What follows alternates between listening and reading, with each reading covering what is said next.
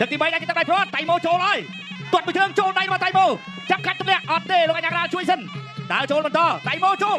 ទាត់មួយជើងទៀតចូលមកដៃរបស់ចម្រើនអត់ដល់កាត់ទម្លាក់ពីតៃម៉ូចម្រើននៅខាងក្រោម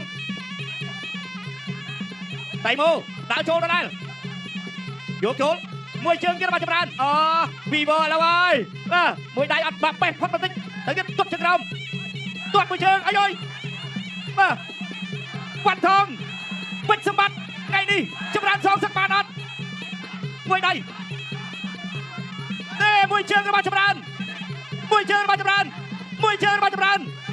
មិនហើយមួយពីររបស់តៃម៉ូមួយជើងរបស់ចម្រើនទៀតមួយដៃរបស់ចម្រើនទាត់ជើងរបស់តៃម៉ូកែងរបស់ចម្រើនមួយបាទឈុតសេរីវ៉ាន់ថងពេជ្រសម្បត្តិតើចម្រើនសងសឹកបានឬមិនបានគែមស្មាតជួយគុណខ្មែរដើរចូលតៃម៉ូមួយដៃអត់ត្រូវមួយដៃត្រូវរបស់តៃម៉ូតែទៅជាក្រោមកែងរបស់ចម្រើនធាក់មួយរបស់តៃម៉ូទាត់មួយជើងទៅទៀតខ្នងដៃសូជង្គង់កែ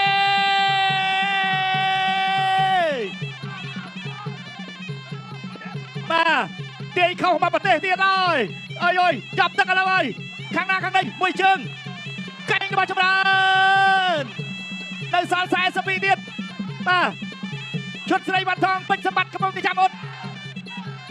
តៃម៉ូចូលមួយដៃផុតទាត់មួយជើងកែង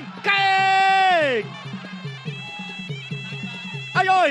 ទៅហើយតៃម៉ូមួយដៃពីតៃម៉ូសងមួយដៃទៀតពីតៃម៉ូដើរចូលទាត់មួយជើងពីចម្រើនទាត់ពីតៃម៉ូនេះអូយ